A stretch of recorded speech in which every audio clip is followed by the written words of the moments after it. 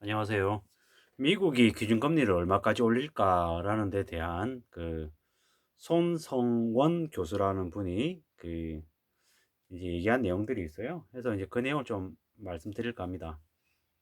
인플레이션이 중앙은행 정책자들의 목표 수준까지 진정되기까지는 상당한 시간이 걸릴 것으로 보이며 제로 수준인 미국의 기준금리는 3%까지 오를 전망이다. 라고 이제 손성원 로욜라 메리마운트 대학 교수가 25일 날 이제 거시경제와 금융시장에 대한 향방에 대한 의견을 냈대요. 예. 이 얘기는 이제 올해 이제 1%의 금리 인상을 단행하는 한편 이번 긴축 사이클이 3%에서 종용되는 시나리오를 제시했다. 이렇게 얘기를 하는데요. 쭉 이렇게 내용을 이렇게 봤을 때는 이제 무슨 얘기냐? 한국 경제가 이제 되게 어려운 시기에 이제 직면할 것이다.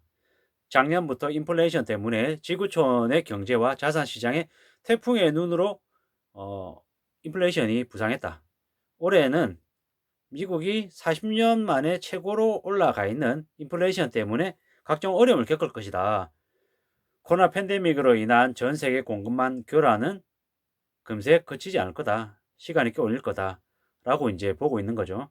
그리고 2021년 12월 연준, 2021년 12월 미국 소비자 물가 지수가 7%로 이렇게 치솟으면서 연준 정책자의 목표인 2%를 크게 웃도는 상황이잖아요. 이게 쉽게 개선되지 않을 거라는 거죠.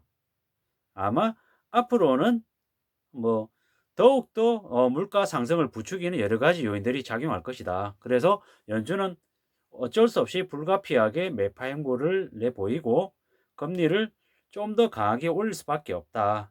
이렇게 얘기를 하고 있는 거죠. 그리고 이제 이 교수께서는 미국이 기준금리를 3%까지 올린다. 3%까지 올려도 역사적인 수준을 감안해 볼 때는 그렇게 높은 수준이 아니다. 이렇게 이제 평가할 수 있다라고 얘기를 하고 있는 거죠. 예, 그리고 이제 결국에는 이제 되게 혹독한, 되게 어려운 이제 상황이 닥칠 수밖에 없으니까 그에 대한 대비를 좀 해야 된다라는 게 이제 이 손성원 교수의 이제 의견이고요. 예, 결국에는 이제 어떻게 봐야 되냐. 되게 이제 엄중한 시기다. 되게 이제 힘들고 어려운 상황임을 이제 인정해야 된다라는 거죠. 사실상 이제 혹독하게 어려운 상황임을 받아들이고 그에 대한 대비를 좀 해야 된다라는 거죠. 이제 긴축이 이제 시작되면 금단 현상이 불가피하다라는 거죠. 고통이 닥칠 거다라는 거죠. 그 고통을 감내할 수 있어야 된다는 거죠. 이미 지금 충격적인 물가 때문에 감당이 안 되는데 미국의 기준금리 인상까지 닥치면 한국에서는 많은 어려움들이 발생할 수밖에 없다라는 거죠. 물가가 오르면 임금이 같이 오르고 또 물가가 재상승하고 이런 이제 소용돌이가 계속 발생되고 어, 팬데믹 위기 동안에 노동 부족 현상이나 뭐 여러 가지 이제 각종 이제 노동시장에서의 문제들도 많았었다. 근데 그 부분들이 시기 거치지 않을 거다라고 이제 좀 봐야 된다는 거죠. 인플레이션 그러니까 물가 상승으로 인한 그런 고통은 경제 약자인 저소득층들이 가장 먼저 충격을 받을 것이다. 그래서 금융당국은 정부는 어떻게든 저소득층들에게 되게 힘든 이 어려운 시기를 이겨낼 수 있는 그런 대책, 그러니까 지원책들을 좀 마련할 필요가 있다라는 거죠. 근데 이게 지금 되게 쉽지 않고 되게 고민스러운 부분은 뭐냐면 자영업자들이 이자 유예했던 부분이 종료가 이제 2022년 3월 말로 종료가 예정이 되어 있잖아요. 근데 고승범 금융위원장께서는 원칙적으로는 종료하겠다라고 이제 입장을 계속 표명하고 있죠. 이건 다름 아닌 문재인 정부 기간 동안에서 2020년 4월부터 해서 지금까지 2년 동안 끌어왔다는 거죠. 종료해야 되는데 차일피일 미루다 보니 골든타임을 살짝 놓쳤다. 이미 지금 많이 늦어 있는 상황이다. 그래서 더 늦추기는 더 어렵다라고 이제 보는 거죠. 다만 그 이자 부담을 좀 더 줄이기 위해서 좀 일정 부분 지원 그리고 상환하는 기간을 조금 더 늘려서 그 충격이 동시에 이렇게 터지는 걸 막기 위한 그런 금융당국의 노력은 아마 있겠죠. 근데 그동안에 2년이라고 하는 시간 동안 너무 오랫동안 뒤로 밀어놓은 상태라 이게 감당 못할 폭탄이 될 수 있다라는 거죠. 사실상 문재인 정부가 다음 정권에 예, 그게 되게 나쁜 짓을 한 거죠. 왜? 일정 부분은 전부 다 아니더라도 그 대상 금액들 중에서 정말 심각한 부분들은 일정 부분 조치를 했었어야 되는 거죠. 사실상 그거를 미룬 탓에 이제 지금 와서 이제 되게 이렇게 어려워진 거죠. 고려해야 되는 거죠. 고승범 금융위원장께서는 이런 사항을 고려 안 할 수 없는 거죠. 또한 다주택 다중채무자들이 가지고 있는 부채, 현재는 괜찮다 괜찮다 희망회로 돌리고 뭐 팔면 다 처리할 수 있어 이런 생각을 할 수 있습니다. 그런데 부동산 시장에서 거래가 지금 거의 90% 급감한 상황에서 아무리 높아 있는 호가라 할지언정 실제로 정리하지 못하면 그건 의미 없는 가격이라는 거죠. 결국에는 매달 매달 이자를 내야 되고 원금을 일부 상환해야 되는데 그게 제대로 되지 않았을 땐 은행들이 가만히 놔두지 않는다. 곧바로 행동에 들어가고 연체되는 그 이자 관련해 가지고 뭐 예를 들어 200만 원을 연체했다라고 하면 200만 원에 대해서만 연체 이자를 물리는 게 아니라 전체 대출 금액에 대한 가산 이자를 물린다. 이건 절대 만만한 금액이 아니다라는 걸 정신을 바짝 차리고 들어야 되고요. 지금 어떤 식으로든 이미 늦었지만 그럼에도 불구하고 초초금매로 정말로 내던지다라는 그런 마음으로 처리를 해야 그나마 정말 심각한 고통의 굴레에서 벗어날 수 있지 않나라는 생각들을 해보는 거죠. 우리가 지금도 뭐 그레이 리셋이다, 회색 코뿔소다, 아니면은 뭐 자산 폭락이 우려된다, 뭐 여러 가지 많은 얘기들을 금융시장 수장들이 여태껏 해왔죠. 근데 그 얘기들을 사실상 그냥 넘어갔던 거예요. 미 연준 파월 의장이 매파적인 성향을 연준 회의에서 내비쳤죠. 그것 또한 앞으로 어떻게 계속 흘러갈지에 대해서는 좀 더 지켜봐야 되는 거죠. 왜? 아직 3월이 되지 않았잖아요. 2월 달, 다음 달에 또 어떤 분위기일지, 또 시장은 또 어떻게 반응할지에 대한 것들도 계속 봐야 되죠. 한국 국내 증시는 앞으로 어떻게 될까요? 지금 2600 초반인데 2500 내려가는 것은 금세 일도 아닐 거죠. 2200 내려가는 것도 마찬가지. 2000까지 주저앉는 것도 올해 안에서는 올해 안에 사실상 볼 수 있을 것 같다라는 생각이 막 들죠. 원달러 환율은요. 지금 1200을 넘어섰는데 1200을 넘는 게 어려운 거지 넘고 난 이후에는 1230원, 1250원 그보다 그 이상으로 안 간다라는 보장을 누가 할 수 있냐고요. 쉽지 않은 거죠. 물론 오늘 뉴스를 보니까 금융위원장께서 어, 주가가 급락한 것 관련해서 너무 다른 나라에 비해서 한국의 증시가 너무 많이 내려가고 있으니 그 우려하는 그런 부분들이 너무 과한 것 같다라고 살짝 좀 어루만져 주는 그런 느낌의 발언들을 하긴 했어요. 근데 그럼에도 불구하고 앞으로 닥쳐올 어 되게 힘든 후폭풍은 막을 수는 없다라는 거죠. 어떻게나 조금 더 연착륙시키고 충격을 최대한 분산시켜서 감내할 수 있게끔 체질을 만드냐 안 만드냐 뭐 그 정도의 차이인 거지 결국엔 닥쳐온다. 그걸 알아야 된다라는 거죠. 그리고 저는 인제 아침에도 인제 기간 보고서를 보면서 어떤 느낌이 들었냐면 아 대출 이자가 예를 들어 뭐 변동금리 뭐 6%에 3억인데 이게 뭐 예를 들어 10 년짜리다라고 하면 이걸 그 대출자하고 금융 기업들이 의논해 가지고 시중금리 감안해 가지고 이래저래 따져 봤더니 가상금리를 당신한테 8% 매겨야 될 것 같아. 대신에 내가 고정금 내 줄게. 그리고 기간은 대출 기간은 10 년이 아니라 20 년, 30 년으로 늘리자. 그러면 너 당장 부담할 수 있는 금액 자체가 줄어. 그러면 감당할 수 있고 생활할 수 있어. 그렇게만 설득을 시켜서 높은 고정금리에 20 년, 30 년짜리 장기 대출로 바꾸게끔 갈아타게끔 아마 유도시킬 것 같아요. 그렇게 해서 사실상 물고기들을 이미 이제 잡아놓은 물고기를 이용해 가지고 뜯어먹을 그런 시나리오는 아마 다 짜져 있을 것 같아요. 왜? 그렇게 하면 이제 괜찮잖아요. 이미 그동안에 저금리라고 해 가지고 대출을 엄청 많이 해 줬던 대상은 누구였나? 고소득 중산층 이상인 사람들이었거든요. 실제로 그 사람들은 경제력이 좀 더 혹사시키고 좀 더 노동하게끔 만들면 더 벌 수 있는 계층인 거죠. 대신에 이제 그들이 은퇴 못하게 하고 10 년이라고 은퇴하는 게 아니고 20 년, 30 년, 60 살이 아니고 65 세, 70 세, 75 세까지 더 오랜 나이까지 죽을 때까지 일하게 만드는 거죠. 그래서 70세가 됐어요. 75세가 됐어요. '아 내가 갖고 있는 빚 다 갚았어.' 하고 봤더니 인제 집이 잔존 가치가 없어지는. 그러니까 거의 자기 죽을 때쯤 혹은 자기가 은퇴하는 70대 중후반 나이가 됐을 때는 자기가 가지고 있는 자산은 사실상 그냥 제로인 수준이 되지 않겠냐라는 게 제 개인적인 생각이죠. 한국이 일본을 따라가지 않는다라고 얘기하면 얘기할수록 저한테는 뭐라고 들리냐면 "한국이 일본하고 똑같아집니다."라고 얘기하는 거하고 비슷하게 느껴진다라는 거죠. 사실상 지금 현재 한국이 보이고 있는 모습은 일본하고 비교했을 때 똑같은 게 아니라 일본보다 상황이 더 안 좋다라는 거죠. 국뽕에 취해 있고 자아자찬하고 "우리 잘하고 있어요. 괜찮아요. 경제 대국 10대 경제 대국이에요."라고 얘기하지만 쪼끔만 바깥에서 충격이 있으면 휩쓸리고 다른 나라들에 비해서 그 뭡니까? 그 혼란스러워하는 그 정도가 더 심하잖아요. 그 말은 안정적이지 못하다, 탄탄하지 못하다라는 얘기인 거죠.